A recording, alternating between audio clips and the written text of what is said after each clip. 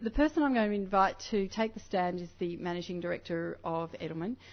She's fantastic, and I have introduced her before, so I'm not going to do it again. I'm going to let her do that. Her name is Kylie Tink, and she has a vast amount of experience in stakeholder relations and works in an organisation that's doing some pioneering work in the research and analysis of that area. Kylie.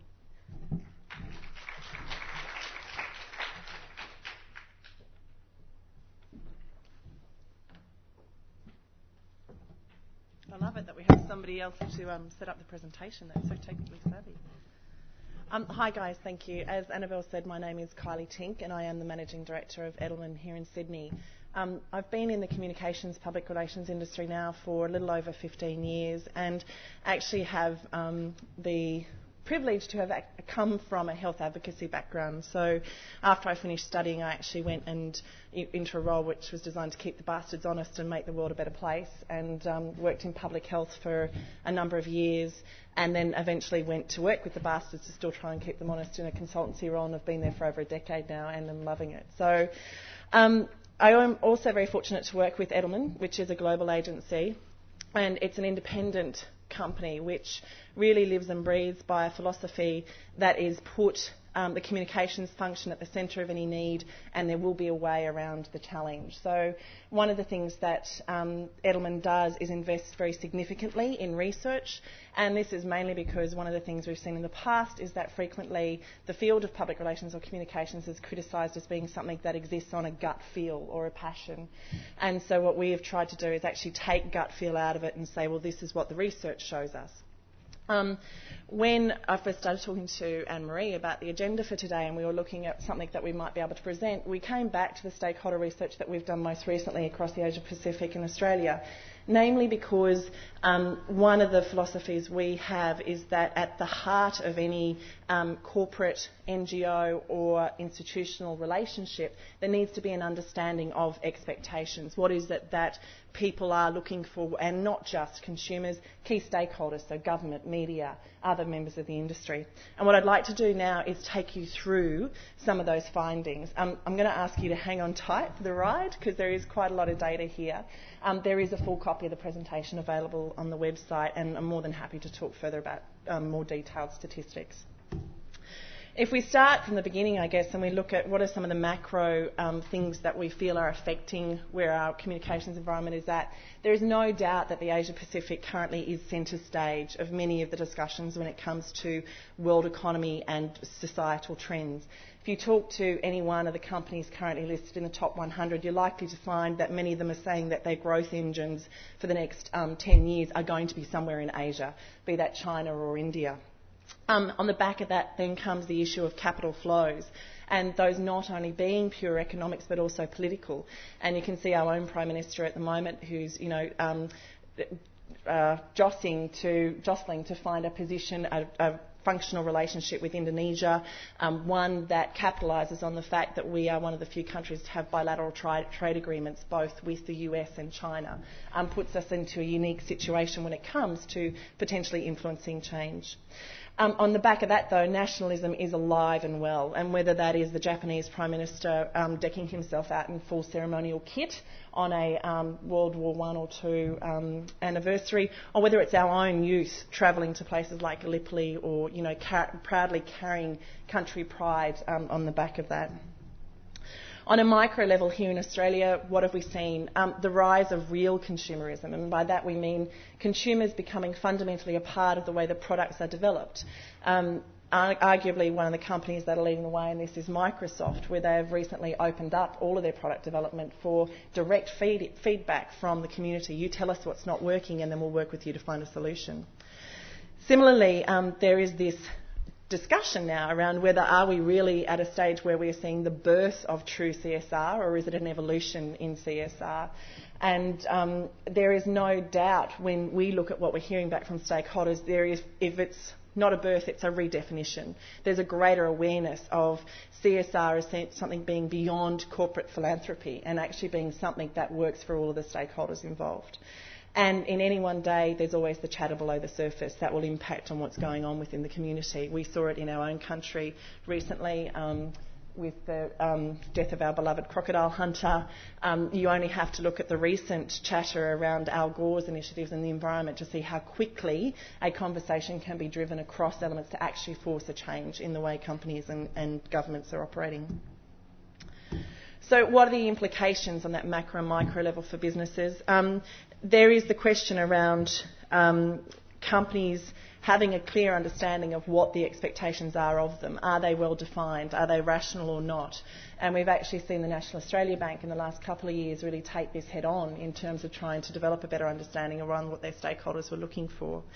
We're also entering a unique era where you're suddenly in a position where governments and NGOs, where they used to be, could be allies, adversaries, both. There's this constant flux. And in fact, what we're now seeing is what we call the institutions or the corporate sector coming to that table with as much weight. And I'll share some results for you on that.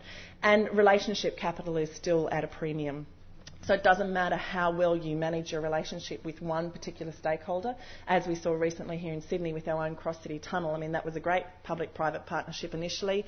Consumerism pulled that apart. So similarly, we saw it when Macquarie Bank tried to go in on the telco industry in China. They did everything right, but then the Chinese government shut them down at the last minute. So really having that relationship capital built into any program or any business is at a premium. So let's look at the research. I mean, the research objectives were three. Let's look at trust in Australian institutions and information sources. Let's look at the drivers of those stakeholder opinions, and let's look at what the stakeholders are telling us they see as the drivers of a responsible corporate behaviour. The background on this is a fourth annual regional study. So for the first 2 years that we did this, we did it as a pan-regional initiative, which was very interesting. What we felt it lacked then was actually the quantitative data for Australia. So what we had to do is then break it down. And what we've done in the last 2 years is actually come up with statistically significant data for the Australian environment. So if you look at the state of trust, we saw a significant shift in the last 12 months in terms of the different levels of trust between governments, NGOs, business and the media. One of the things that we saw as a levelling out was actually the fact that when you look at the 2006 results, generally government, NGOs and business were on par. So what this is saying is that stakeholders generally believed that there was no significant advantage to being a member of an NGO and being seen as being a more trusted source of information. This is a definite shift in trend because 5 years ago you would have seen even larger numbers here towards the NGO sector. One of the things that we're suggesting here, though, what I should point out is don't get too excited, guys, because actually the levels of trust here are really low. We're still only talking about 24, 23%. So I guess what we put this down to, there is still a high degree of cynicism in the Australian environment. And when you look at other markets across Asia, for example, you may or may not be surprised that in China, government trust in government rated up beyond 70%.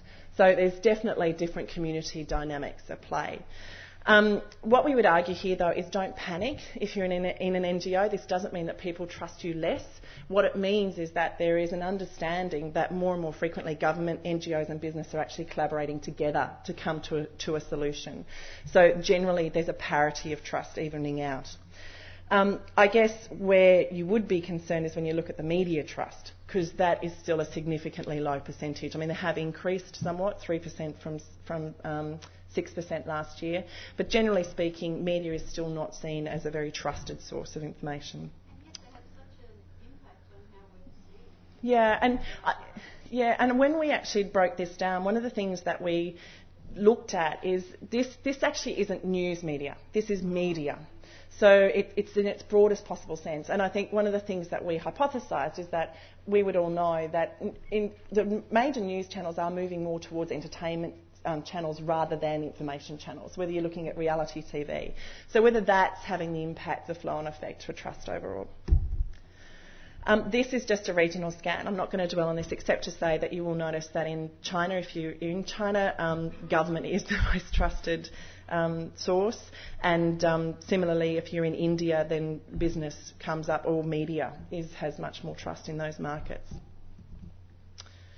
If you look at the trust in institutions by stakeholder, I think what was particularly interesting here was to see the increase in trust levels that NGOs are now placing in business.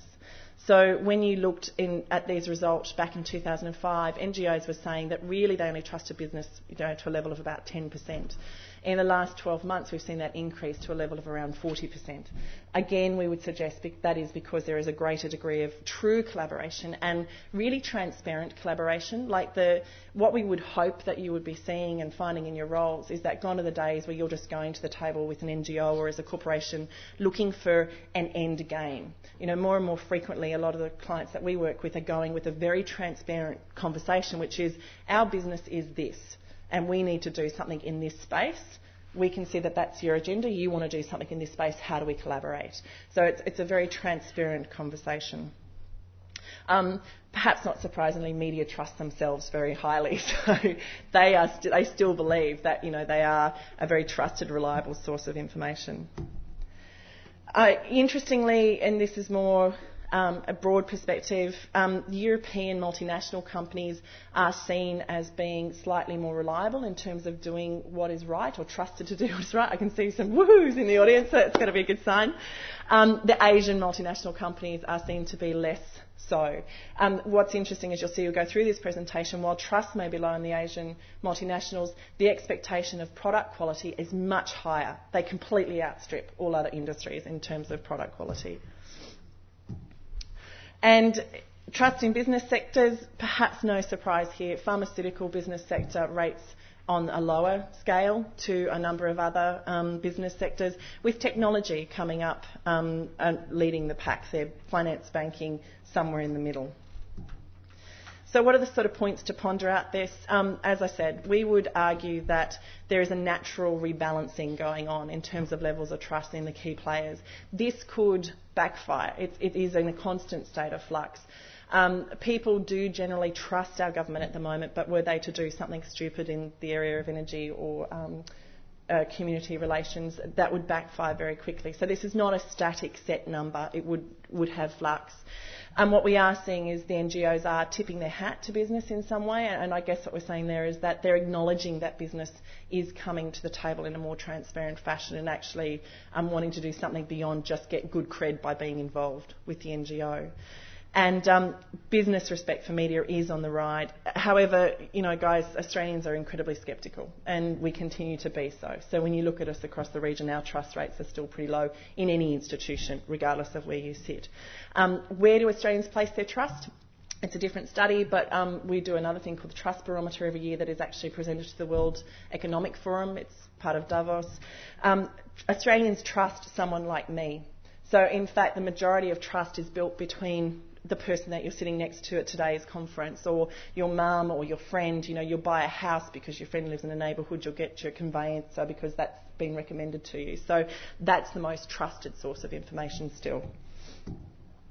So when you look at sources and channels, and this is important because when you actually then sit down and work out, okay, when I've got an initiative going on, where do I really need to be putting the emphasis in my messages to get cut through with key stakeholders? What did we find? When you look at traditional media, newspapers far outstrip any other media source. Television has rebounded a little bit. It was down sort of 6% last year. It's come back up to 10%. But the one to watch is the web-based media, because in fact that's grown significantly over the last 4 years. It's still not at the level of newspaper, but it's definitely pushing up there. When you then look at certain communication vehicles, what we found is that arguably the closer a source was in terms of proximity to the centre of your business or the centre of your organisation, the greater credibility that source is going to have. So an analyst report, I think all of us would expect that would be seen as a very credible source because that's the way that it's positioned. What is interesting here, two things to take out: featured speakers. So that's someone like me on today's agenda. So it's not you guys doing your own meetings and then putting your own speakers up, but actually taking the opportunity to put somebody who speaks on your behalf within the agenda of another organisation, rate very highly, as do corporate websites. We were actually blown away by the result on corporate websites in its first year. What we're seeing is that is continuing to trend at a very high trusted vehicle rate. In fact, when you combine corporate website with internet non-corporate, you get definitely the second most trusted avenue outside an analyst report. So what's important in this? Make sure your web-based strategies are right. that you are being transparent in the way that you're using them, that you're not trying to use them as an old model of communication, which is a portal that is just about me talking to you, that you open your portals up and you engage in dialogue through those channels, because that's what your stakeholders will be looking for. And then when we overlay that with how likely are you to use those channels, you'll see that the corporate website comes up even higher. So it's not only trusted, it's very often used as a source of information. So again, ensuring you have those strategies right and your comms covered in those channels would be an important part of a full program. So again, points to ponder then when you look at your channel management or the sources where you might be placing your information. There is the low trust in media, we would argue in general, means that corporates do need to create and manage new channels. You can't just be sitting back relying on the fact that if you get a holding statement out through the newspapers, you're going to meet your stakeholders' expectations. It's not going to be so. Similarly, for a CSR strategy to truly resonate with its stakeholders, it must work within those channels seen as most trustworthy. And I think that this brings us to one of the points of conversation that we're seeing change with our clients at the moment, and it comes to what I was saying before. You can't have an analyst report necessarily significantly report just on philanthropic activities. An analyst report is going to look at your management behaviour, your profit and loss, the way you treat your employees. So to that point, for a CSR strategy to truly resonate with its stakeholders, we'd argue your CSR strategy must address those issues in your business. It can't just be part of your marketing campaign. Newspapers remain entrenched in the traditional media channels, so it's right. If you've got a hard news or something to get out there, do go for newspaper. And sometimes that can be hard, particularly in a brand sense, because people like to see the brands on TV. And similarly, web-based continues to increase both in profile and importance. These are the standout characteristics as stakeholders saw it. And what I would like to particularly draw your attention to here is employee development and employee benefits. Last year, this characteristic was the third least important. In the space of 12 months, it has shot to the second most important. When we looked at this from an environmental perspective, we hypothesised that potentially it's because of recent industrial relations reform, potentially it's because of the emergence of a new generation where their motivators are different.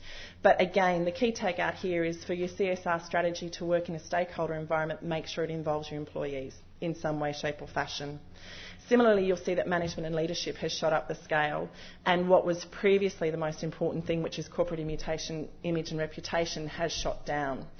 I do want to also draw your attention here, though, to the increasing importance of corporate citizenship and social responsibility. That has increased year on year, and we expect to see it increase probably twofold in the next couple. Characteristics of good and responsible corporations: standing behind your product and service when something goes wrong. Again, something that can very easily be tied back to a CSR initiative, and provide senior leadership that can be trusted. And this is where the profile of those people who lead your organisation becomes very important. Again, communicates frequently and openly with employees, you see as an increasingly important factor. So are companies measuring up in Australia? Well, generally, whether we're sceptical or not, we're still only saying somewhat well. We're not overly impressed with how we're going, but, you know, we do appreciate that they're trying.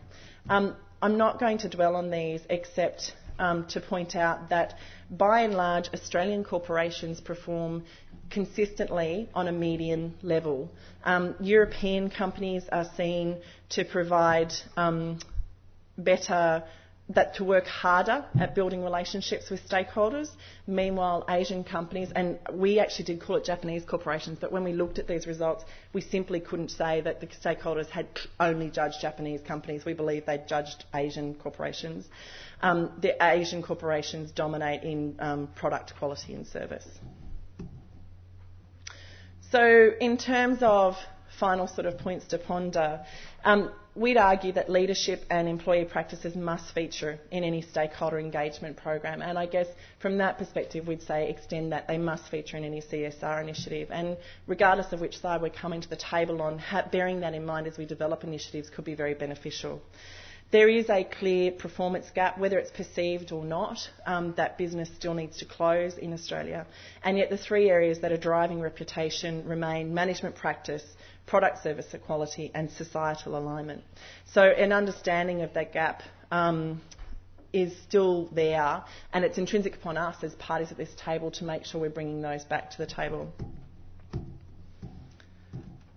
When you look at in the final analysis as we see it, what we would suggest is that the expectations of organisations by Australian stakeholders are very clear. Traditional community relations, so something that is single-dimensional, doesn't appear to be clearly aligned with business strategy, just doesn't cut it anymore as a leading reputation characteristic. And this is not something new. I mean, for 3 years we've been talking about the fact that just because you give computers to an isolated community is not going to give you a good corporate reputation. True CSR, where organisations usefully engage in broader society by using their core competencies and consequently build strong relationships, is gaining importance and is increasingly expected among stakeholders. And I heard a really nice quote the other day from a Harvard professor where basically she was saying CSR is about how you make your money. It's not just about what you do with it once you've made it. So it's about moving back towards a model when you're developing your programs that you actually look at what your business needs and then go and find an initiative or a partnership that meets your needs in a better performing environment. And in good times, profit and absence of scandal is still a marker of a strong partner. But once this is given, other factors do come into play. So if you don't have strong management practice, if you don't have employee development, if you don't have increasingly, appropriate environmental practices, then your stakeholders will see through that, and they will judge you the lesser for it. So that's the key summary. There's actually a heap more slides there, but I'm going to stop because I got the 5-minute wave a minute ago. So, are there any questions or comments or surprises? Vehement disagreement? Could you just tell me in terms of the study you did, what the number of companies was or who you were talking to? Yeah, we did 140 stakeholders across the country, and we did 40 minutes in Australia. Yep. And it was 40-minute face-to-face interviews. And were they a combination of? Yep. There were 7 stakeholder groups. Sorry, I flew right over the top of that. But so people came, there were government officials there, but it wasn't politicians, so it was people from the departments and the bureaucracy. There were NGOs and trade associations, but again, it was at the policy level, not at the leader level. Institutional investors, media, although we didn't interview publishers, we actually interviewed editors, senior business executives, employees and upscale consumers. So it was, it's not thousands, but it was enough to get a statistically significant sample. That's okay. Yes. Hi, Hayley Cowell from Cowell & Co. What I found was interesting in this study is that trust in NGOs has gone down and trust in companies has gone up. And yet in the 2 consumer studies this year, Iron Australia and the Australian report, which is a consumer study, is the other way round. Yeah. And we've noted that. It is important to note that this is a study of stakeholders. So this is not a consumer study. And in fact, if you broke out the consumers, you may get a very different trend. What we were looking for was effectively the industry leaders and the environmental, the economic performance leaders, what do they see as being important? And again, this comes back to, we don't necessarily think that there is a decrease in trust of NGOs, although if you looked at it just purely statistically, you might argue there is. We think it's more a levelling out, a balancing out, because previously what we've found over 5 years looking at trust in NGOs, particularly amongst business stakeholders, is that they've always been really high because fundamentally they don't trust themselves. Businesses always had quite a low opinion of self in this space. But what we've seen as more and more collaborations have come to bear, NGOs are more business savvy. That's not just now all politically motivated or cause motivated. There tends to be a levelling out in trust among partners. That equilibrium from where we stand would almost have to be a perfect equilibrium. Being able to come to the table on equal par and not have one party there standing out as a dominant player is ultimately going to give better outcomes on any program. Yeah, they are probably low.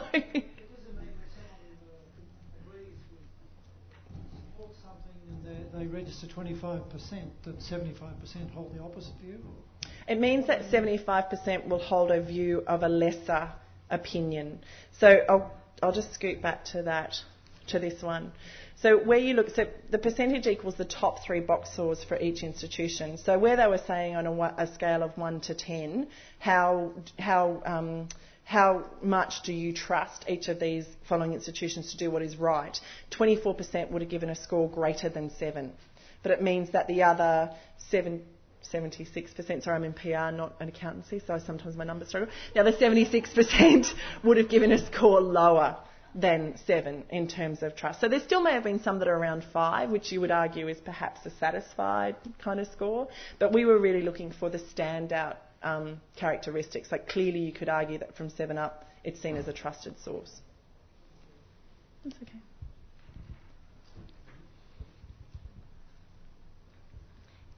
In the words of Kate Blanchett, Australians have a pretty good BS detector. Yeah. And I just wonder how much that comes into play, like as a national cultural characteristic. Like I take note of the Chinese huge trust in their government, which we might feel is a little bit misplaced. Yeah.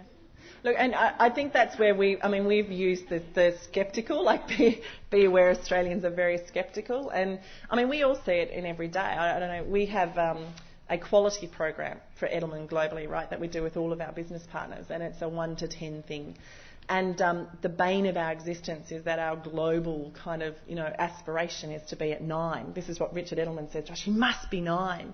And so, we have these conversations like, Richard, an Australian is never going to give a consultancy 9. It's just not going to happen, So I think there is definitely, and that's why we do actually go to the trouble of putting this particular result in, because it's important to take into account cultural differences in terms of, Australians just aren't into giving perfect 10s all the time, whereas you can get a 10 for a hamburger in the States, for God's sake.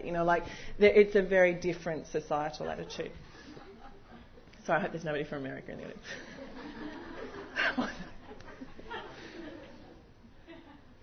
We good? Thanks. If there are any further questions, or if you do want to see more of the data, as I said, there's a stack more there. There's a stack more analysis, and there is then the second study, which is the Trust Barometer, that we'd be more than happy to share. So please just sing out. Thank you.